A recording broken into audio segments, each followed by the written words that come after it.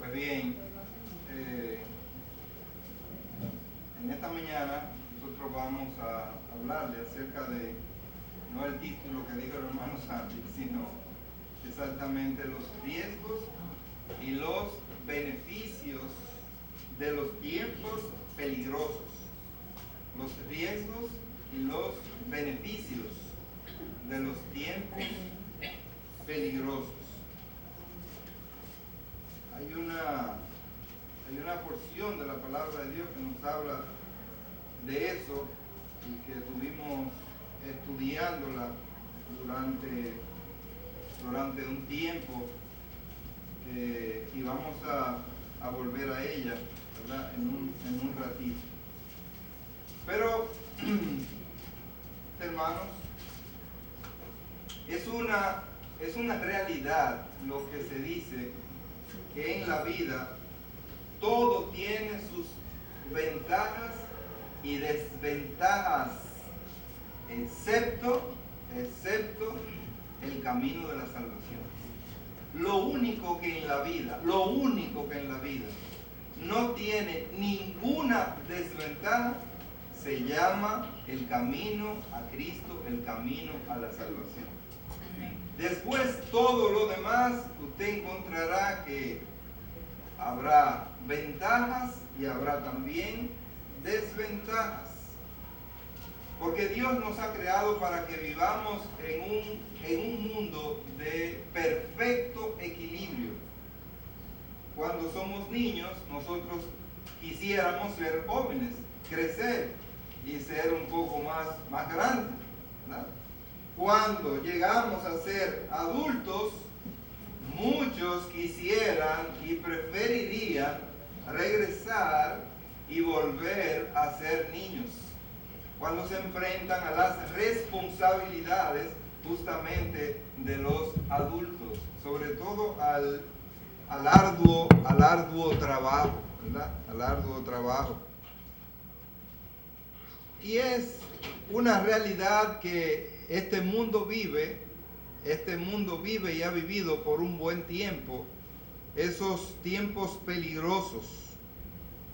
Pablo nos habla aquí en el capítulo 3 de segunda a Timoteo, los versículos del 1 al 5, nos habla de esos tiempos peligrosos. Usted también debe saber esto, que en los postreros días vendrán tiempos peligrosos, porque habrá hombres amadores de sí mismos, avaros, vanagloriosos, soberbios, blasfemos, desobedientes a los padres, ingratos, impíos, sin afecto natural, implacables, calumniadores, intemperantes, crueles, aborrecedores de lo bueno, traidores, impetuosos, infatuados, amadores de los deleites más que de Dios, y que tendrán apariencia de piedad, pero negarán la eficacia de ella.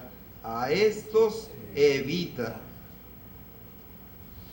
Cuando el apóstol Pablo habla aquí de estos postreros días, no se está refiriendo a los días que precederán posiblemente al fin del mundo. Esa frase hace referencia a los días en que vivimos ahora, los días que estamos viviendo ahora y el tiempo que resta justamente para la venida del Señor. El apóstol Juan dice en su primera carta: hijitos, ya es el último tiempo, y según vosotros oísteis que el anticristo viene, así ahora han surgido muchos anticristos.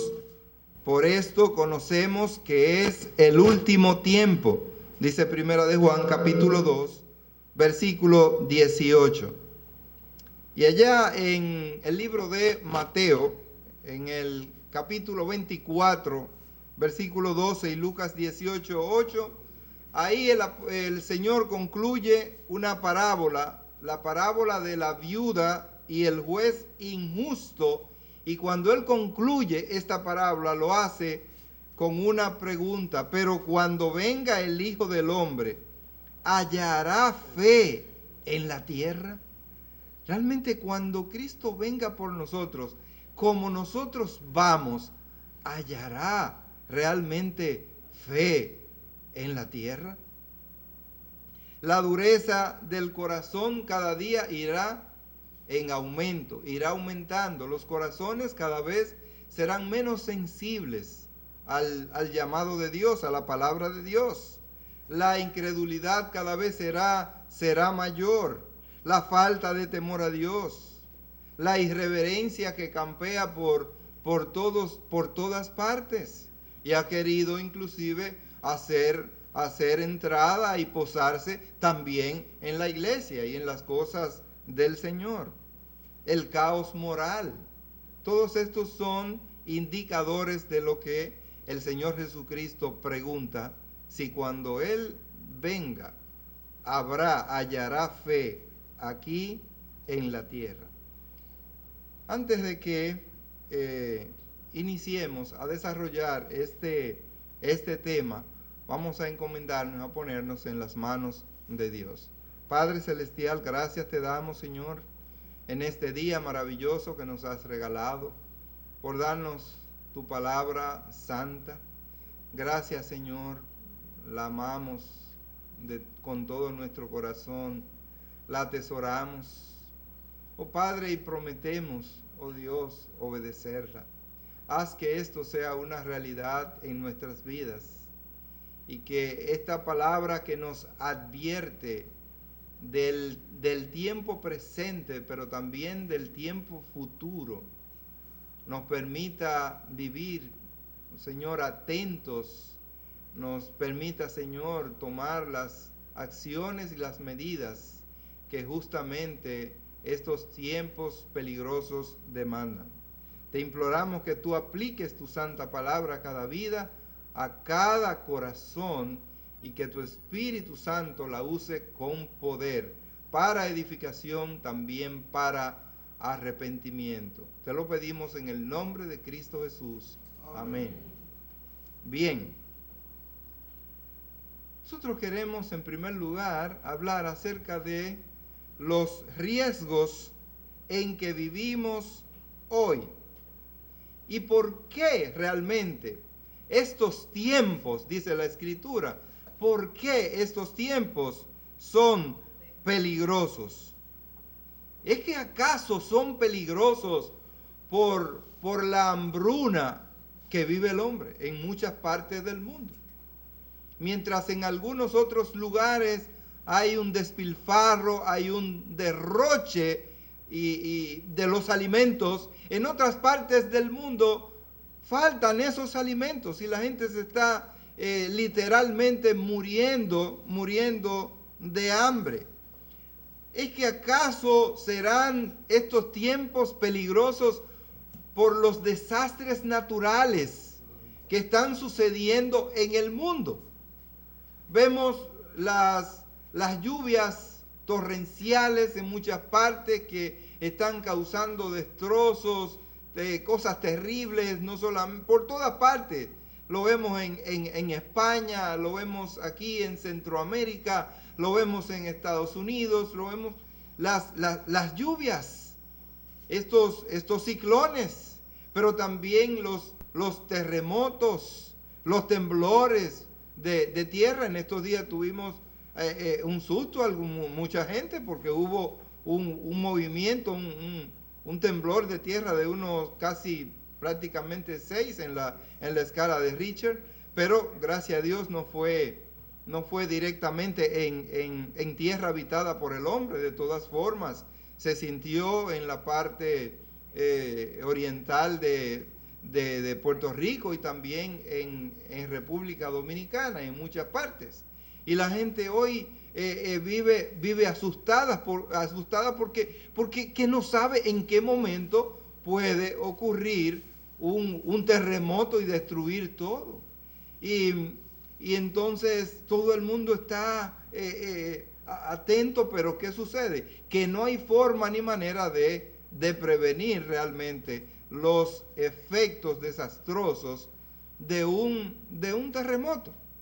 En algunas partes, en algunos lugares, hay algunos indicadores, pero es un asunto de segundos, que completa tal vez apenas un minuto, pero no hay mucho tiempo para prepararse frente a esta realidad. Realmente serán por estas cosas, déjeme decirle, que muchas de estas cosas han sucedido y siguen sucediendo en el mundo. Y tenemos inclusive lugares donde por causa de esos terremotos se ha hundido, ¿verdad? Se ha hundido. Aquí mismo en la República Dominicana tenemos en la Vega Vieja, la ciudad vieja de la Vega fue justamente hundida a causa de un terremoto.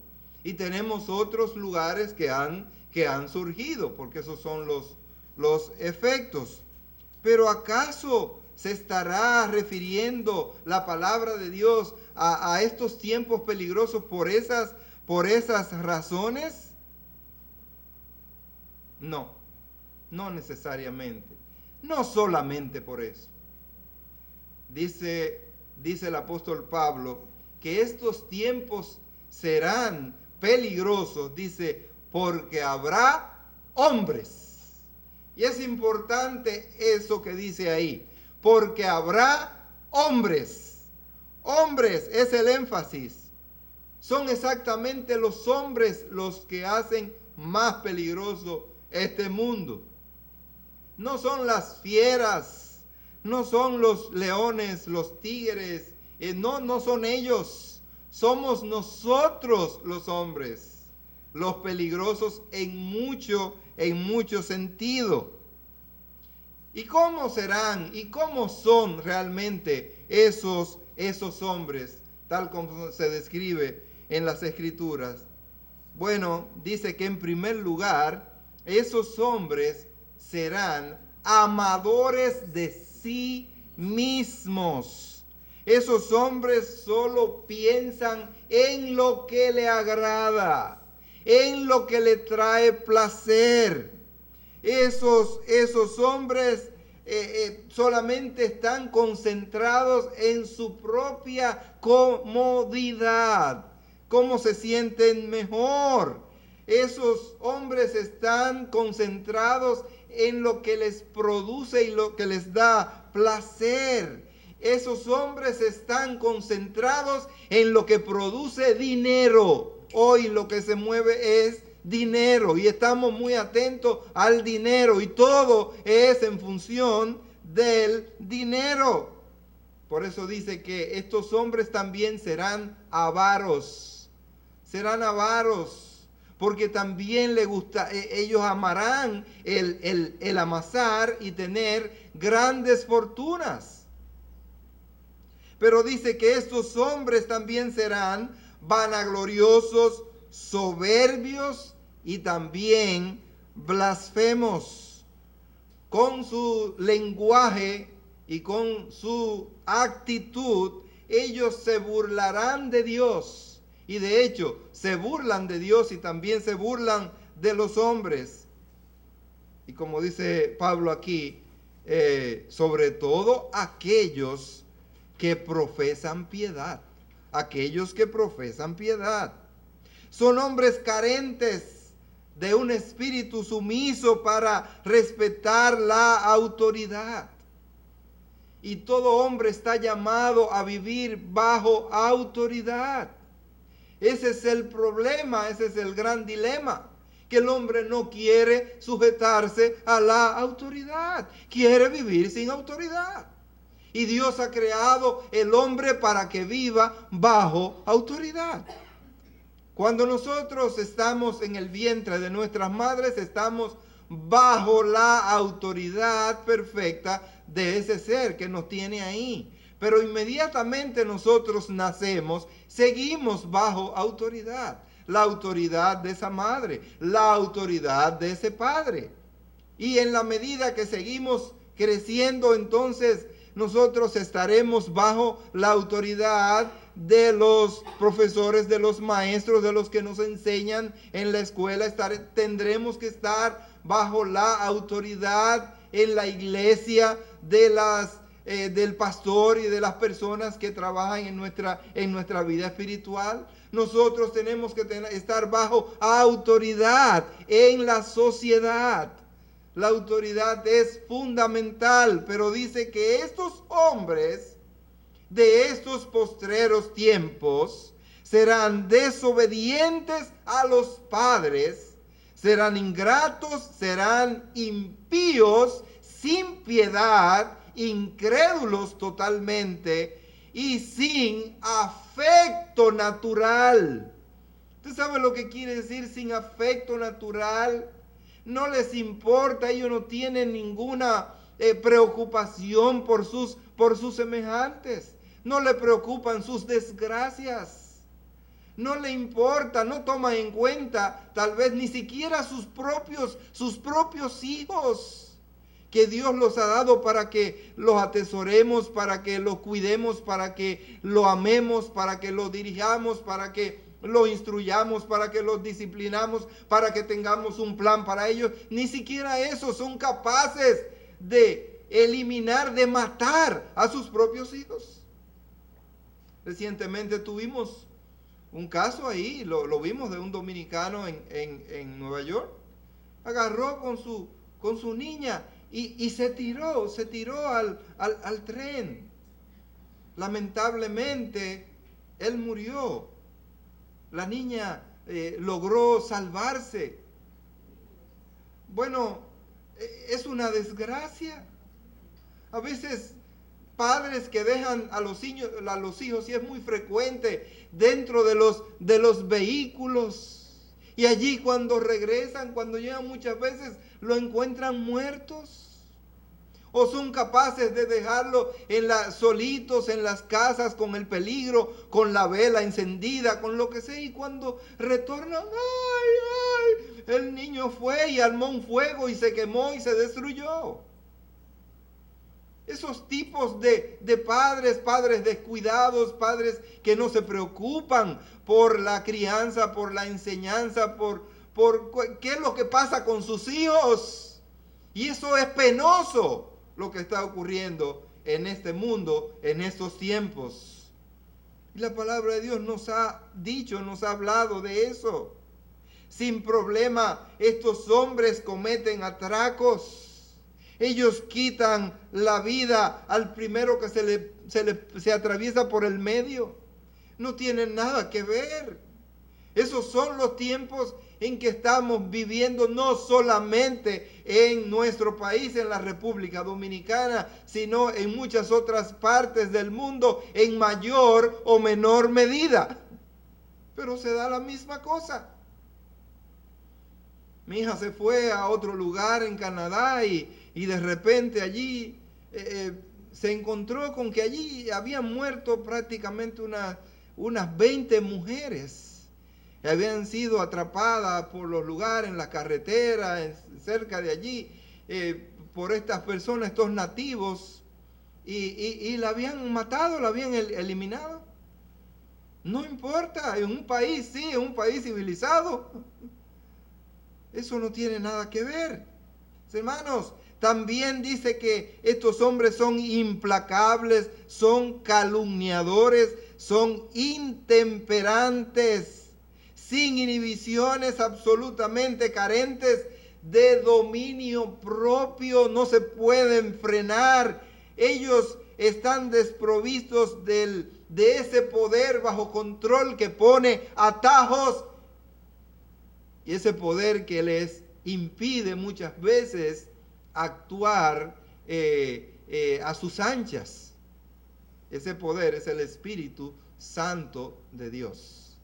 El que no tiene el Espíritu Santo de Dios carece de ese control, justamente, que le impide muchas veces hacer todo lo que le viene a su mente. El Espíritu Santo es el que nos induce, es el que nos lleva en los momentos cruciales, difíciles, a someternos y a obedecer la palabra de Dios. Pero si el hombre no tiene el Espíritu Santo de Dios, le da rienda sueltas a sus pasiones. Hermanos, ellos no permiten que nadie les diga. Dice ahí que son infatuados. Eso sí, están seguros de su propia opinión. Son sabios para ellos en su propia opinión. Ellos saben lo que deben hacer. Ellos conocen muy bien el futuro. Ellos conocen más que Dios el funcionamiento de la vida. Y por eso se vuelven infatuados. Es un peligro cuando usted ve una persona infatuada, que ella cree en sí mismo que ella conoce todo. No necesita ayuda de nadie. Ella puede resolver sus asuntos por ellos mismos. Y es un peligro, hermano, es un peligro. Por eso, qué bueno cuando los hermanos llaman a su pastor y dicen: pastor, hágame el favor. Mire, nos está pasando esto y esto. Por favor, ayúdenos en esto. Qué bueno eso. Qué bueno eso. Mire, tal vez si yo no puedo hablarle porque tal vez el tema es demasiado complejo para mí, pero primero yo voy a orar y segundo yo lo voy a inducir o a recomendar a alguien más que pueda ayudarle. Pero qué bueno cuando podemos ser tan francos y pedir ayuda en momentos cruciales, ¿verdad?, de nuestras vidas. Eso significa que no somos infatuados. El que se reserva para sí y piensa que él mismo, pero yo tengo el Espíritu de Dios, yo creo que yo puedo por mí mismo resolver mi vida. Dice la Escritura que no es más que un infatuado. Dice, amadores de los deleites más que de Dios. Fíjense, es importante lo que dice la Escritura. Que estos hombres de estos postreros días, aman más los deleites que a Dios. Y yo les hago a ustedes una pregunta. ¿Es pecado deleitarse? ¿Acaso es pecado deleitarse? No, no es pecado deleitarse. De hecho, el Señor nos ha puesto la vista, los ojos, para que nosotros veamos, los sentidos, la vista, la boca, las manos, todo, para que nosotros palpemos, sintamos, olamos, para que sintamos una buena aroma de un perfume y nos agrada y podamos ponernos, ¿verdad? Sí, todo eso. El Señor nos ha puesto en nosotros mismos áreas, zonas, aspectos para el deleite, El Señor también nos ha concedido el permiso de que nos unamos a otra persona, no del mismo sexo, para que compartamos nuestra vida y pues también eso traiga deleite a nuestros corazones. Dios no es enemigo del deleite. No, para nada. Lo que sucede es que cuando el hombre se extralimita y prefiere el deleite más que a Dios, entonces está diciendo: para mí tú no estás en el lugar que te corresponde en mi vida, porque para mí el deleite es más importante que todo. Y había una corriente de pensamiento. Habían dos tipos de escuelas filosóficas. Uno de ellos eran los estoicos. Y esos estoicos eran aquellos que ellos impedían realmente el deleite, porque el deleite para ellos era pecaminoso. Y ellos se condenaban a sí mismos. Y así nosotros encontramos diferentes escuelas de pensamiento en ese sentido. Pero mis hermanos, Lo más terrible que alguna de estas personas, y allí los encontraremos muchas veces hasta dentro de las iglesias, profesando ser cristianas. Dice Pablo que esos hombres peligrosos, dice ahí, tendrán apariencia de piedad. ¿Usted sabe lo que es tener apariencia de piedad? Que usted cuando los ve, los compra, pero después que los tiene, los devuelve. Apariencia de piedad. Y están en todas partes. Estos hombres que, los terroristas esos del 11 de septiembre, ellos vivían en un lugar ahí en Nueva York, y ellos eran, dice que eran muy complacientes, muy amorosos con los niños. Hay una reseña que dice que ellos hasta le brindaban y les regalaban dulces a los niños. Y ellos eran muy amistosos, inclusive en la escuela de aviación donde estaban estudiando para prepararse para hacer el desastre. Ellos eran muy amistosos, no daban señales de lo que realmente eran, de lo que había en su corazón. Hermanos, ellos tenían apariencia de ser buenas personas. Y nosotros nos encontramos que a veces los psicópatas son las personas que tienen la apariencia de ser las mejores personas. Pero ¿qué hay en su corazón? La Biblia dice que tendrán apariencia de piedad, pero por dentro serán lobos rapaces, listos para despedazar a las ovejas. Ellos los encontramos, mis hermanos, en todas partes. Esas fieras, esos lobos rapaces con apariencia de piedad. Son capaces de tener la Biblia en la mano y de usar la Biblia. En una tienda, un establecimiento comercial grande, entonces yo estaba sentado esperando ahí a Betty en algo, y de repente viene una persona hasta con un tratado, regándome un tratado. Y entonces, pero yo lo veo como intranquilo, como mirando, no sé, como preocupado. Y yo me quedé mirándolo a los ojos.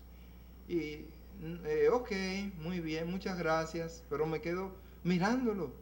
Y él sigue. Y ve otra persona. Y alguien me dijo, ¿sabe qué? Ese es un atracador. Ahí dentro. Y aparentemente regando un tratadito de la palabra de Dios. Y dice, wow, ¿y cómo eso es posible? Sí, tendrán apariencia de piedad. Hermanos, ahora eso no quiere decir que usted se vuelva una persona huraña, una persona insensible, una persona que cada vez solo piensa en que todo el que está a su lado es un delincuente, ¿verdad? Porque tampoco así. Yo veo personas que a veces van caminando, y alguien va detrás y comienzan a mirar para atrás, porque están preocupadas. ¿Sí?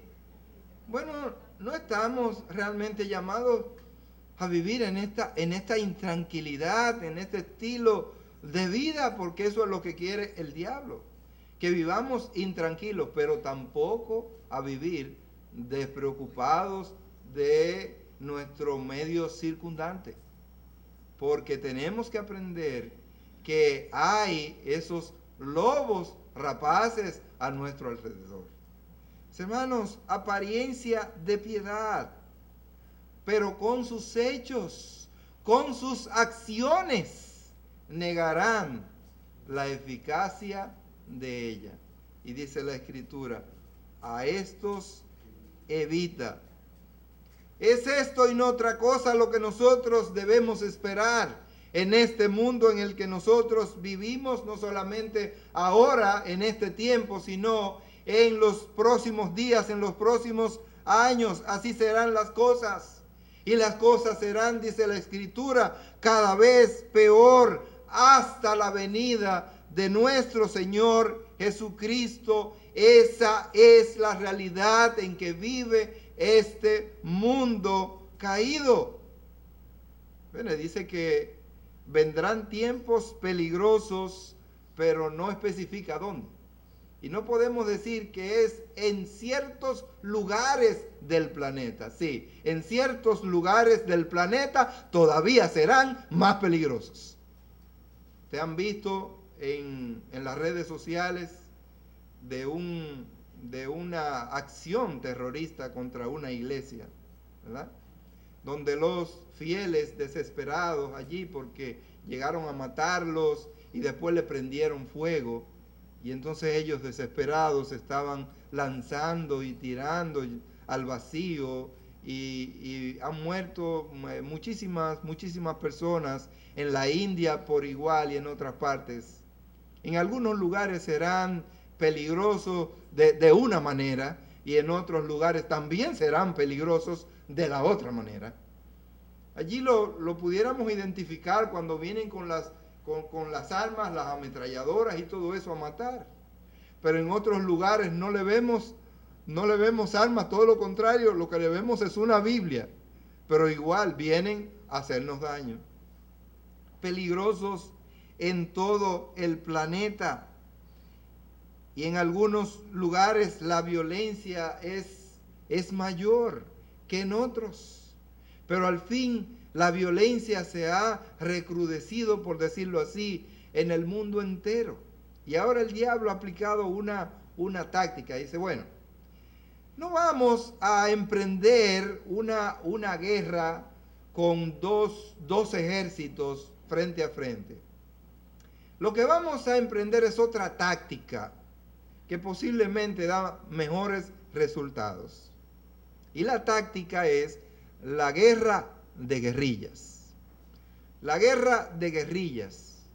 Las infiltraciones. Cuando usted tiene un ejército que está identificado con uniforme, con una serie de cosas, no hay problema.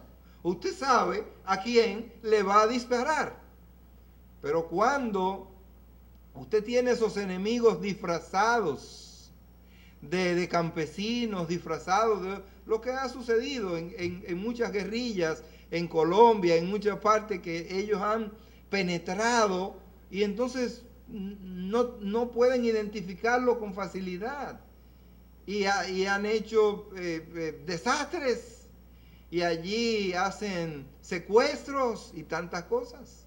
Es una metodología de actuación. Entonces el diablo dice, bueno, no solamente lo vamos a hacer con la violencia, vamos a recrudecer la violencia a través de las guerras y los ejércitos entre los países, pero lo vamos a hacer dentro de las mismas sociedades, poniendo el esposo contra la esposa, los hijos contra los padres, los alumnos contra los maestros, y a producir una revolución en la sociedad y a estremecerla, como de hecho lo estamos viviendo hoy. ¿Cuál es el problema ahora? El problema ahora es la violencia intrafamiliar, la cantidad de hombres matando a sus esposas o a las mujeres en sentido general, y también mujeres de alguna manera matando hombres. Ese es el boom. Bueno, es una de las estrategias del maligno que le han ido dando resultados. ¿Usted sabe por qué? Porque cuando el diablo logra que en una pareja el esposo y la esposa se maten, ¿usted sabe lo que van a dejar?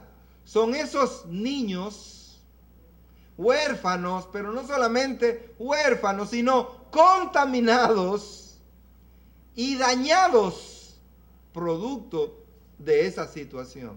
No importa cuántos psicólogos se lleven, ellos tendrán ese recuerdo indeseable, ¿verdad?, en sus mentes, y penoso y triste. Y muchas veces tendrán que irse a las calles a pedir, porque las personas con quienes están no pueden mantenerlos, no pueden sostenerlos.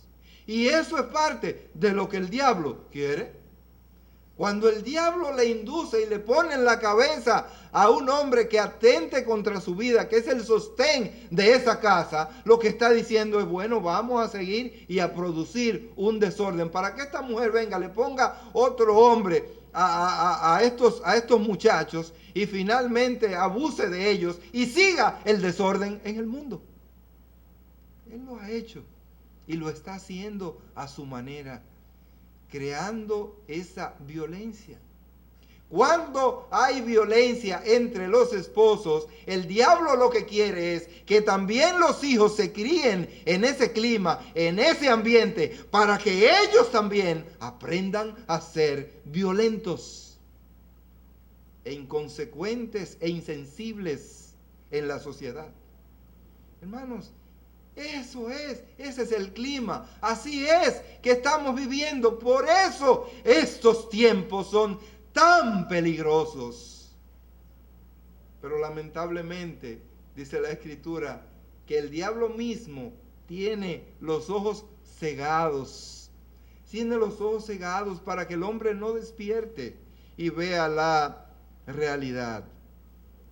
A pesar de esa situación, mis hermanos, a pesar de que vivimos en estos tiempos, ¿cuáles son entonces esos beneficios que los hijos de Dios podemos disfrutar hoy a pesar de todo eso? ¿Cuáles son esos beneficios, mis hermanos? Que como le dije, todo tiene sus ventajas, pero sus desventajas, pero también tiene sus ventajas. Hermanos, estos tiempos peligrosos a muchos nos ayudan a recordar que Dios, y solo Dios, es nuestro amparo y fortaleza. Hermanos, estos tiempos difíciles y peligrosos le ayudan a muchos a poder ver que no hay otra salida que no sea en Dios. Dice Isaías, el capítulo 46. Isaías, capítulo 46, los versículos del 1 al 3. Dice, se postró Bel, se abatió Nebo, sus imágenes fueron puestas sobre bestias, sobre animales de carga. Esas cosas que vosotros solíais llevar son alzadas cual carga sobre las bestias cansadas. Fueron humillados, fueron abatidos juntamente. No pudieron escaparse de la carga, sino que tuvieron ellos mismos que ir en cautiverio. Oídme, oh casa de Jacob, y todo el resto de la casa de Israel, los que sois traídos por mí desde el vientre, los que sois llevados desde la matriz. Hay un llamado que Dios le está haciendo al hombre desde antes de nacer, para que venga a disfrutar de la plenitud de la paz de Dios, para que venga a disfrutar del amparo y de la misericordia de Dios. Hermanos, estos tiempos peligrosos nos ayudan a mantenernos cobijados, amparados bajo la cobertura de Dios. No nos queda de otra cuando vamos a salir, cuando en la mañana vamos a enfrentarnos a salir a la calle, no nos queda de otra que encomendarnos a nuestro Dios para que Él sea nuestro amparo y fortaleza en medio de tiempos peligrosos. Hermanos, y podemos salir confiados porque estamos bajo sus alas. Y dice la Escritura que bajo sus alas estará seguro. ¿En qué otro sentido nos benefician los tiempos peligrosos? Estos tiempos peligrosos nos ayudan a apreciar el tesoro que nosotros tenemos en Cristo. Cuando vemos cómo está el hombre, cuando vemos cuál es la condición del hombre, que no podemos confiar ni creer en los hombres.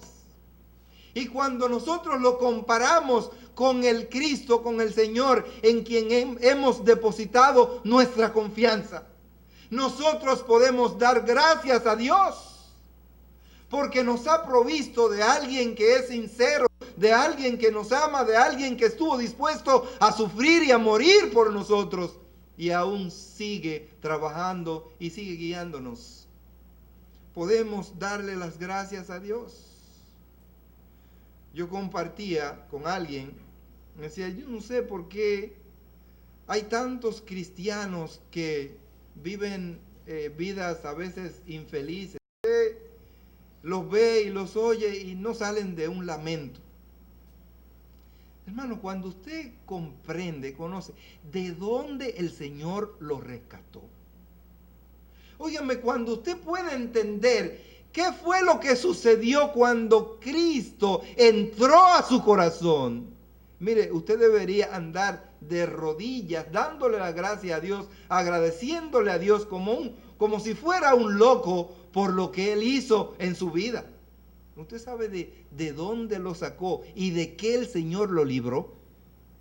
Mire, el Señor primero lo sacó de las profundidades, del lodo mayor, de la abominación mayor, y lo trajo a su luz admirable.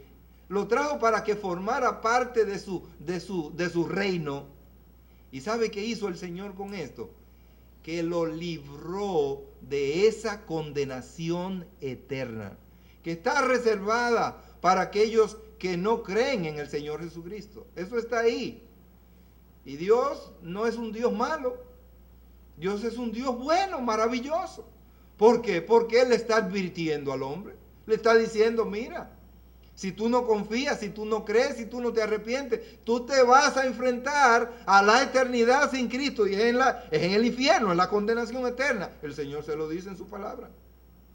Él no manda el hombre, o no permite que el hombre vaya al infierno sin ninguna advertencia. De manera que Dios es maravillosamente bueno. Y justamente Cristo es el mayor de los tesoros que nosotros tenemos. Es un tesoro incomparable. Pablo, escribiéndole a los romanos, le dice en el capítulo 8, muy conocido por nosotros, en los versículos del 35 al 39, le dice, ¿quién nos separará del amor de Cristo? ¿Tribulación, o angustia, o persecución, o hambre, o desnudez, o peligro, o espada? Como está escrito, por causa de ti somos muertos todo el tiempo. Somos contados como ovejas de matadero. Antes en todas estas cosas somos más que vencedores por medio de aquel que nos amó, por lo cual estoy seguro que ni la muerte, ni la vida, ni ángeles, ni principados, ni potestades, ni lo presente, ni lo porvenir, ni lo alto, ni lo profundo, ni ninguna otra cosa creada nos podrá separar del amor de Dios que es en Cristo Jesús, Señor nuestro. Hermanos, sí, los tiempos peligrosos, lejos de enfriarnos, lejos de apartarnos, lejos de atemorizarnos, ¿qué es lo que hacen en nosotros? Asegurarnos, llevarnos cada vez más a confiar en el Dios en quien nosotros hemos creído, en la salvación que el Señor nos ha provisto y saber que en Él estamos seguros. Estamos seguros. Hermanos, ¿qué más? ¿Cuál otro beneficio tenemos en estos tiempos peligrosos? Estos tiempos peligrosos nos ayudan a poner en orden nuestro sistema de valores. Hermano, ¿qué es lo que sucede con el mundo? ¿Cuál es el sistema de valores del mundo? ¿A qué es lo que el mundo le pone atención? El mundo le pone atención, ¿verdad? Como decíamos ahorita, a los deseos de los ojos, a los deseos de la carne, a las pasiones, al amor, al dinero. El mundo nos lleva a irnos por ahí. Aquel mundo nos llama a poner a las personas importantes, relevantes. ¿Mm? Pero, ¿cómo podemos nosotros poner en orden ese sistema de valores? Bueno, cuando nosotros leemos el mensaje del Señor en las bienaventuranzas, en ese mensaje el Señor cambió, por decirlo así, los precios a todos los artículos de esta sociedad y de este mundo. ¿Cuáles son los que tienen preeminencia delante de él? Si usted comienza a leer y usted dirá, óyeme, pero esto es un desastre, porque esto no es lo que el mundo cree. Cuando el Señor predicó este mensaje de las bienaventuranzas, el sermón del monte, oiga lo que fue que dijo. Dice, viendo la multitud, subió al monte y sentándose vinieron a él sus discípulos. Abrió su boca, les enseñaba diciendo, bienaventurados los pobres en espíritu. Óigame, esos son los dichosos de Dios. Los pobres en espíritu. No son los fuertes. No son los que están felices aparentemente y contentos. No, los pobres en espíritu. Los que se reconocen que le falta lo más importante para alcanzar la satisfacción interior. Dice, porque de ellos es el reino de los cielos. Bienaventurados los que lloran. ¿Quiénes son los bienaventurados en el mundo? Los fuertes. Los fuertes. Y hasta se dice, ¿verdad? Y eso está mal, que los hombres de verdad no lloran. Los hombres no lloran. ¿Quién ha dicho? Dice aquí, bienaventurados los que lloran, porque ellos recibirán consolación. Ahora bien, ¿por qué usted llora? Hay mucha gente que llora, pero esas lágrimas son de cocodrilo. ¿Por qué usted llora? Dice la palabra de Dios, dice que el Señor puede leer, puede entender nuestras lágrimas. ¿Por qué usted llora? Como le dice la madre al niño, ¿verdad? Que tiene la leche, que tiene todo, no tiene calor, no tiene... Mi niño, ¿por qué lloras? Si pudiera entrar a tu mente y a tu corazón y comprender qué es lo que está sucediendo. Y entonces mi mamá me decía, los niños lloran por un antojo o por un capricho. Los niños lloran por cualquier cosa. Tienes que aprender en el tiempo a descifrar la razón y el motivo de sus quejidos y de sus lágrimas. No, ¿por qué llora? Hay unas lágrimas que son lágrimas de sentimiento de culpa. Y ese sentimiento de culpa lo pone en el corazón el mismo Satanás. ¿Sabe para qué?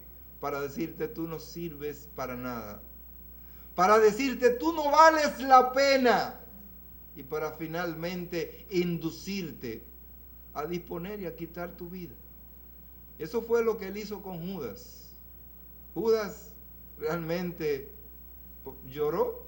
Él estaba triste por lo que había hecho. Y fíjense que él, las 30 piezas de plata no sirvieron para nada.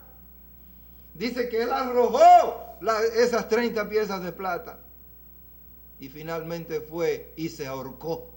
No solamente lloró, también se ahorcó. Ahora, ¿para qué sirvió ese lamento? ¿Para qué esas lágrimas? ¿Y de qué manera se compadece de su triste condición por su pecado ante Dios? Hermanos, entonces esas lágrimas tienen sentido para Dios. De lo contrario, dice la Escritura, las lágrimas no salvan. Las lágrimas no salvan. No importa todo lo que llores. Estos tiempos peligrosos somos movidos a ampararnos en verdad en las promesas de Dios reveladas en su palabra. Hermanos, estos tiempos peligrosos nos ayudan a ir una y otra vez a las Escrituras, buscando exactamente esas promesas de Dios. Dice Filipenses el capítulo 4, los versículos 6 a 8, por nada estéis afanosos, sino sean conocidas vuestras peticiones delante de Dios en toda oración y ruego con acción de gracias, y la paz de Dios, que sobrepasa todo entendimiento, guardará vuestros corazones y vuestros pensamientos en Cristo Jesús. Hermanos, estos tiempos peligrosos deben llevarnos a confiar y a descansar en las promesas de Dios. Las promesas de Dios, dice la palabra, son fieles y verdaderas. Ellas no solamente tienen un cumplimiento presente, sino que tendrán un cumplimiento en el futuro. Estos tiempos peligrosos nos ayuda a ver, a entender cuán frágiles somos y la necesidad que tenemos de vivir en dependencia del Señor.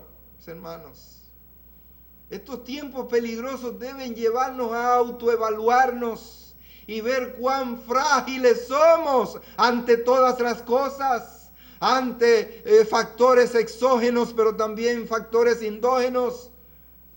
Pero también tenemos que ver ante aquellas cosas de las cuales no tenemos control, un virus que rápido nos elimina, nos mata. Cualquier cosa que sucede, un olor fuerte puede penetrar y nos puede eliminar. ¿Cuántas cosas?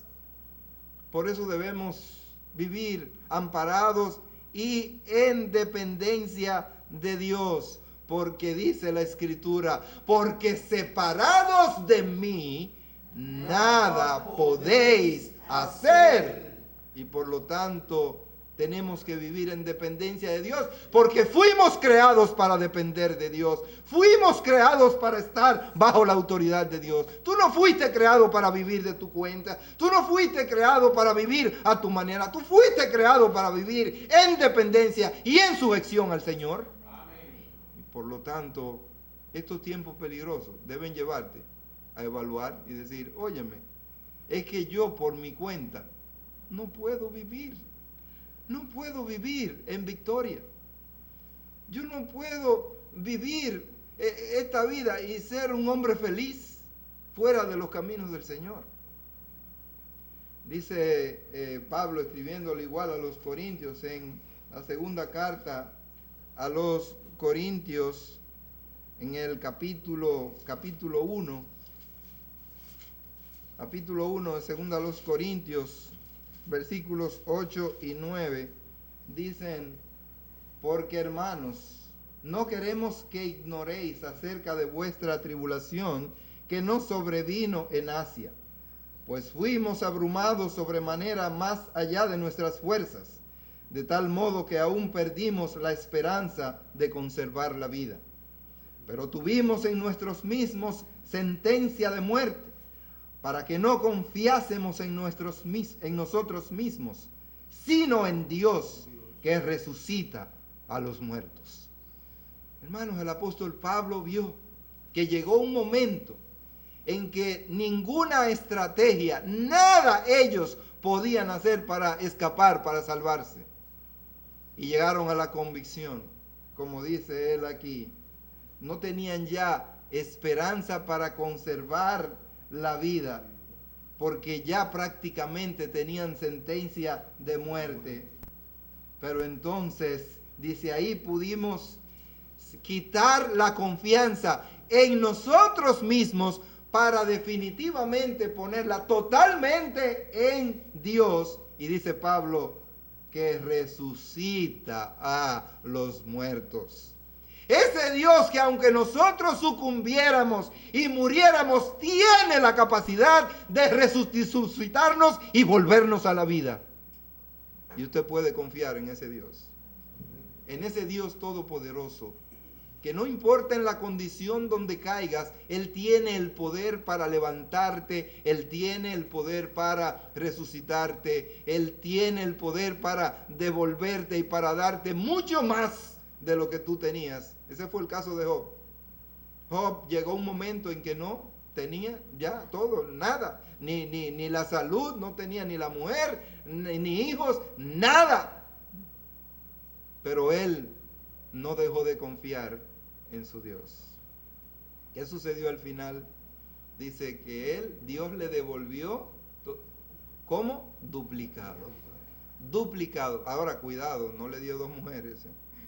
No le dio dos mujeres, le dio una sola mujer, porque esa mujer que él tenía no valía la pena, no servía, y lo demostró al final, cuando en medio de la crisis, de la situación, ¿sabe lo que le dijo? Maldice a tu Dios y muérete. Y a mí qué me importa. ¿Sabe por qué? Porque ella recibía los beneficios de Job. Ella tenía mucho dinero. Mucho. No quiero decir la palabra, pero ok. Ella tenía mucho dinero. Y entonces ella se beneficiaba. Y vivía sin problema en su palacio. Tenía de todo lo que quería. Tenían ganado, tenían de todo. Mucho. Uno de los hombres más ricos. Pero cuando llegó el tiempo de la desgracia, cuando ella vio que su comodidad fue afectada, le dijo, hey, ¿qué pasó? No, yo no estoy dispuesta a vivir así, ¿no? Muérete, quédate tú, porque eso es lo que sucede con estas mujeres que no creen en Dios, que no temen a Dios. ¿Qué hizo Dios entonces? Dios le dio una mujer entonces temerosa de Dios. Es decir, Dios le devolvió, Dios le dio muchas más bendiciones de las que aún él podía disfrutar. Hermanos, en tiempos peligrosos somos frágiles, pero en Dios somos fuertes. Somos frágiles, sí. Cualquiera puede venir con una pistola y quitarnos nuestros bienes, nuestro dinero, aún nuestra vida. Somos frágiles, pero también en Cristo somos más que vencedores por aquel que nos amó. Hermanos, en estos tiempos peligrosos podemos glorificar a Dios al mostrar nuestra confianza y seguridad total en Él. Nosotros podemos glorificar a Dios de muchas maneras y cada día. Glorificar a Dios por lo maravilloso que es. Glorificar a Dios porque Él siempre está atento a nuestras necesidades. Glorificar a Dios porque Él está siempre oportunamente ayudándonos, dándonos fortaleza en los momentos cruciales, cuando los otros, los aparentes amigos, deberían estar, pero se fueron. Ahí el Señor está con nosotros para sostenernos y para decirnos, como Él dice en las Escrituras reiteradamente, yo estaré contigo. No importa en la circunstancia en que te encuentres. Podemos ver y aprovecharnos y deleitarnos en Él y glorificar a Dios exactamente por su poder, por la manera en cómo Dios nos ama. Dice el Salmo 125, los versículos 1 y 2, los que confían en Jehová son como el monte de Sión, que no se mueve, sino que permanece para siempre. Como Jerusalén tiene montes alrededor de ella, así Jehová está alrededor de su pueblo, desde ahora y para siempre. Amén. Qué bendición que podemos confiar en un Dios presente, en un Dios activo, en un Dios que está ahí, que podemos acudir a Él y que podemos llamarlo a cualquier hora y en cualquier circunstancia. Finalmente, en tiempos peligrosos, se debe acrecentar en nuestros corazones el anhelo de que nuestro Señor regrese en gloria pronto por su pueblo. ¿Qué es lo que le viene a la cabeza? ¿Cuál es el pensamiento cuando usted se enfrenta a estos tiempos tan difíciles? Es un deseo, es un fervor interior al verdadero cristiano, un deseo de que el Señor venga por su pueblo. ¿Y qué hace eso? Sino que mantener viva la esperanza cierta del regreso del Señor Jesucristo por nosotros. Hermano, cuando un niño, ¿verdad?, está en manos de alguien que no lo está tratando bien, él se siente desatendido, él se siente huérfano de amor, de cariño, y sabe que sus padres, sabe que su papá, su mamá vienen a buscarlo en algún momento. Esa situación por la que atraviesa, lejos de hacerlo sucumbir y morir, lo único que hace es acrecentar ese deseo ferviente y esa esperanza de que sus padres vengan pronto por él. Hermano, y justamente eso hace en esos tiempos peligrosos en los verdaderos creyentes en Cristo. Están acrecentando nuestra fe, están acrecentando nuestro deseo y debe llevarnos a orar cada vez y decir: ven, Señor Jesús, como dice Apocalipsis y dice en muchas partes de la Escritura. Ven, Señor Jesús, no simplemente por salir de esta situación, pero es por tener ese encuentro sin igual y maravilloso con nuestro Salvador. Hermano, cuánto deseo, no quieran ustedes imaginarse, mis queridos, ustedes no tienen ni la menor idea cuánto deseo tengo yo en mi corazón de encontrarme prontamente con mi Señor y Salvador. Tengo un fuerte deseo en mi corazón de verlo y de encontrarme con Él, para abrazarlo y para tenerlo ahí, disfrutarlo ahí. Hermanos, yo no sé si usted tiene ese deseo y ese fervor interior. ¿Dónde que está su deseo? ¿En qué cosas está su deseo? ¿Qué es lo que más usted desea? En un creyente lo que más debe desear es la venida del Señor Jesús, porque es lo que está esperando la iglesia. ¿Dónde está su deseo? Tal vez su deseo es un buen trabajo. Tal vez su deseo es que gane alguien el poder. Tal vez su deseo es una muchacha, ¿verdad? Una mujer. Tal vez su deseo es un hombre. Tal vez su mayor deseo es un viaje, es irse para algún lugar. Tal vez su mayor deseo es un ascenso en el trabajo. Tal vez su mayor deseo es, mire, hasta un plato de comida. Yo tengo un deseo de comerme algo, repetir algo, sí, ya lo dije. Sí, es verdad, sí, es cierto. Ay, ay, ay. Unos bollitos, wow, con coco, con algo, mire, hay ese deseo. Pero ese no es mi mayor deseo. Ese no es mi mayor deseo. Yo tengo un deseo de montarme tal vez en un yate, un bote, dar un paseo, una cosa. Sí es un deseo, sí puede ser. Pero ese no es mi mayor deseo.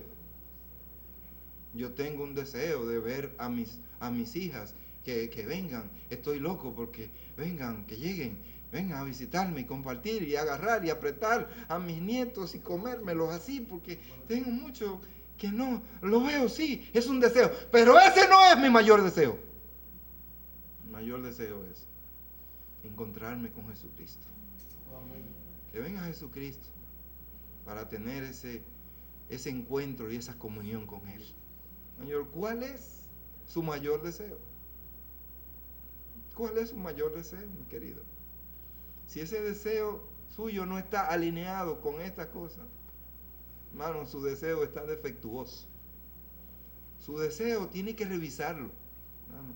¿Cuál es el anhelo que hay en su corazón? ¿Cuál es el anhelo verdaderamente? Cuando usted se autoevalúa, ¿cuál es el anhelo que tengo en mi corazón?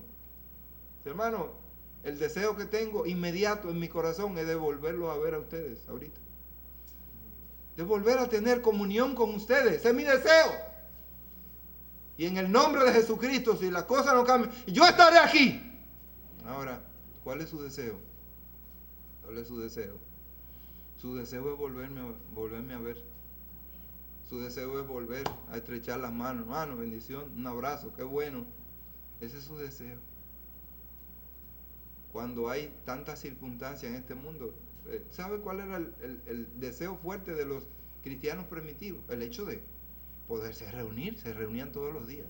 ¿Hay problema? Porque en cualquier momento, uno de ellos faltaba. ¿Y dónde está? Murió. ¿Cómo? Bueno, lo mataron. ¿Y cuál era el deseo? Ellos se contaban. Déjame ver, wow, sí, ay, qué bendición, estamos todos. Hermano, ¿cuál es su mayor deseo? Es de volvernos a ver, es de tener comunión, es de estar juntos. ¿Cuál es su deseo? Evalúese. Usted se puede evaluar, a ver, ¿dónde están sus anhelos? ¿Dónde están sus deseos? Si están en las cosas de la tierra y de este mundo, o si están en Dios. Hermanos, en tiempo de bonanza y tranquilidad, muchas veces nosotros nos descuidamos y nosotros no valoramos apropiadamente toda la gracia y la misericordia de Dios. Cuando el hombre está disfrutando de tranquilidad, de una paz aparente, o de una tregua, está disfrutando de bonanza, no siente como el deseo ni la necesidad de Dios. Como yo le preguntaba a una europea en una ocasión, hace muchísimos años, decía, ¿y tú has escuchado el Evangelio? ¿Te han predicado el Evangelio? Y me dice ella, no sé qué es eso. ¿Y tú has ido allá en tu país? ¿Tú has ido a la iglesia? No, una vez mis padres creo que fueron, pero... ¿Y no te gustaría? Bueno, no creo, no sé. Ella se siente bien. Ella tiene todos sus problemas resueltos. Aparentemente no tenía ningún motivo de intranquilidad. Pero después de eso, Europa entró en crisis. Entró en crisis y fuerte. Yo no la volví a ver. Pero ¿qué tal si la volviera a ver hoy? Dara, mira, ¿qué pasa ahora? ¿Cómo estás? ¿Cómo estás? Nosotros sabemos de países que eran íconos, eran lugares. Nosotros queríamos ir para allá e íbamos a hacer negocio, a visitarlo, y era todo un problema. ¿Verdad? En mi pueblo había unas personas que iban a Venezuela a comprar. Iban y venían con 2 maletas, 3 maletas llenas de cosas y comenzaban a vender, mire, pan caliente, y eso era un negocio. Y óyeme, no, eso es una cosa, mire, yo no me voy para allá porque ahora, ¿quién quiere ir a Venezuela? ¿Quién quisiera irse a vivir a Venezuela? La visa es gratis, pueden ir, ¿no? Bahamas, por ejemplo. ¿Quieren ir a Bahamas? No hay nada allí. No es un lugar. A veces la gente está pensando en los lugares. Inclusive como iglesia, a veces pensamos en otras iglesias. Iglesia más grande. Una iglesia, entra, comienza a interactuar para que tú veas. Hermano, el Señor nos ha traído aquí y déjenme decirle, esta es la iglesia más hermosa, más bella. Amén.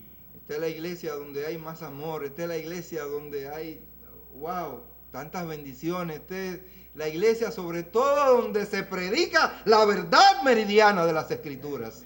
Ni a izquierda ni a derecha, hermanos.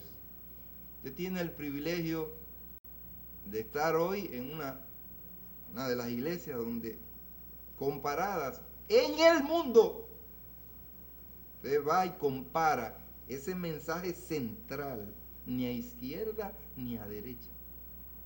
No, lo predicamos aquí. Y gracias le damos al Señor, ¿verdad? Que nos ha iluminado y que no nos ha dejado arrastrar de ninguna manera. He tenido mucha gente, fulano, pero mira, tú no crees, quédese usted allá, tranquilo. Nosotros nos mantenemos en nuestro mismo ánimo y lo que hemos creído, ¿verdad? Hasta ahora. No, que mira, lo que pasa es, no, venga, eso es viejo para mí. Aquí hubo una fiebre de los reformados. No, porque usted sabe, eso lo viví yo ya hace 30 años. Tú vienes a oír eso ahora, ya eso yo lo oí. Y a mí me explicaron desde aquel entonces todo eso con lujo de detalle. Eso no me impresiona. Hay mucha gente, hermano, si usted es bien instruido en las Escrituras, si usted está bien establecido en las Escrituras, nada lo va a mover. Absolutamente nada. Ninguna creencia nueva, nada. Porque se ha nutrido, se ha establecido en la verdad. Así que estos tiempos peligrosos que también tienen que ver con los falsos profetas, los falsos predicadores, las falsas doctrinas, gracias le damos al Señor que nos ha mantenido en la verdad meridiana. Y con la ayuda de Él no nos vamos a mover ni media pulgada, ni a la izquierda ni a la derecha, y mucho menos hacia atrás. Nosotros seguiremos tras las huellas de nuestro Señor. Seguiremos hacia adelante pensando que un día, ¿verdad?, nos encontraremos con nuestro Señor Jesucristo, que es el anhelo y es el deseo en los corazones de aquellos que aman al Señor. La palabra de Dios nos dice que aquellos que aman su venida tendrán realmente una corona. ¿Y sabe cómo se le llama esa corona? Se le llama la corona de vida. La corona de vida. ¿Usted quiere corona de vida? Ame la venida del Señor. ¿Y cómo nosotros demostramos que amamos la venida del Señor? Cuando trabajamos para Él, cuando tratamos de evitar que el pecado tome control en nuestras vidas. Entonces nosotros amamos la venida del Señor. Padre Celestial, gracias te damos en esta mañana por esta palabra tuya. Gracias, Señor, por este tiempo. Ahora te imploramos que tu Espíritu Santo la use en cada vida, en cada corazón, Señor. Ella no vuelve vacía. Nosotros sabemos que tú haces el trabajo en cada corazón. Oh Padre Celestial, te imploramos, te rogamos, que abra los ojos de nuestro entendimiento para que comprobemos cuál es tu voluntad. Señor, que podamos ver que verdaderamente vivimos en tiempos difíciles y peligrosos, pero que estos tiempos nos hagan incrementar nuestra fe y nuestra dependencia de ti. Oh Señor, bendice a tu pueblo y síguenos guiando, Señor, por senderos correctos. Padre, trae salvación a aquellos que no tienen. Oh Padre, trae consuelo, trae esperanza cierta, trae fortaleza, Señor, a nuestras vidas, para que estos hombres malos, estos hombres engañadores y violentos, este mundo perverso, no nos desvíe de nuestro objetivo y de nuestra meta, y mucho menos, Señor, nos intimide. Estamos confiados en ti. Oh Señor, pedimos que tú sigas guiando todo lo que resta. En el nombre de Cristo Jesús. Amén. Amén.